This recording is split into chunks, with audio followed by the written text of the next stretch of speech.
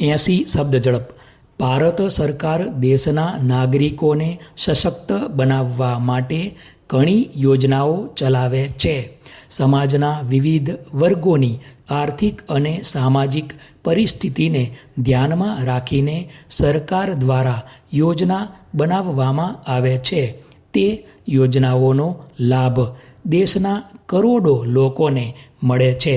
કેન્દ્ર સરકારની આવી જ એક યોજના પ્રધાનમંત્રી આવાસ યોજના છે.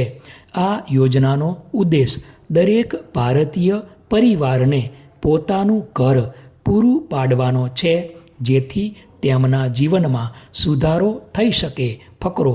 દરેક વ્યક્તિનું સપનું હોય છે કે તેનું પોતાનું ઘર હોય.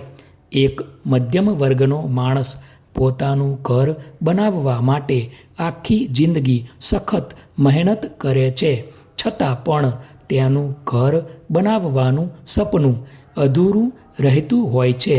કેન્દ્ર સરકાર આવા મધ્યમ વર્ગના લોકો માટે પ્રધાનમંત્રી આવાસ યોજના ચલાવી રહી છે. આ યોજના થકી ગરીબ અને જરૂરિયાતમંદ લોકોને ઘર બનાવવા માટે નાણાકીય સહાય પૂરી પાડવામાં આવે છે. કેન્દ્ર સરકારે આ યોજના 2015માં શરૂ કરી હતી. હવે પ્રધાનમંત્રી આવાસ યોજનામાં સુધારો કરીને તેના નિયમોમાં કેટલાક ફેરફાર કરવામાં આવ્યા છે. ફકરો. સરકાર દ્વારા ગરીબી રેખા હેઠળના કુટુંબોને કાયમી રહેઠાણ માટે મકાન બનાવવા નાણાકીય સહાય આપે છે. આ યોજનામાં અગાઉ માતા પિતા ઉપરાંત એક જ પરિવારના પુત્રોને પણ પોતાના નામે ઘર બનાવવાનો લાભ મળી શકતો હતો.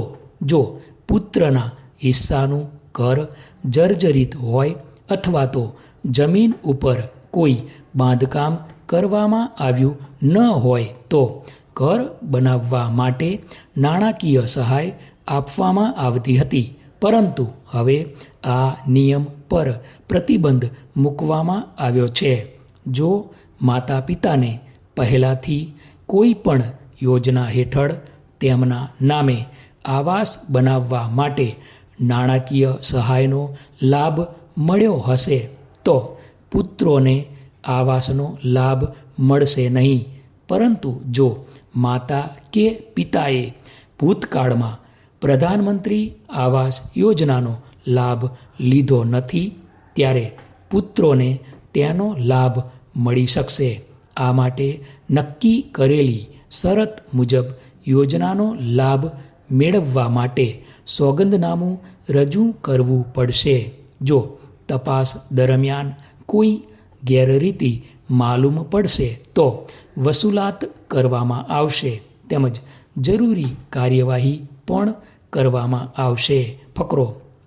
આ યોજનામાં ગેરરીતિ અટકાવવા માટે આધાર કાર્ડ દ્વારા ચકાસણી કરવામાં આવશે.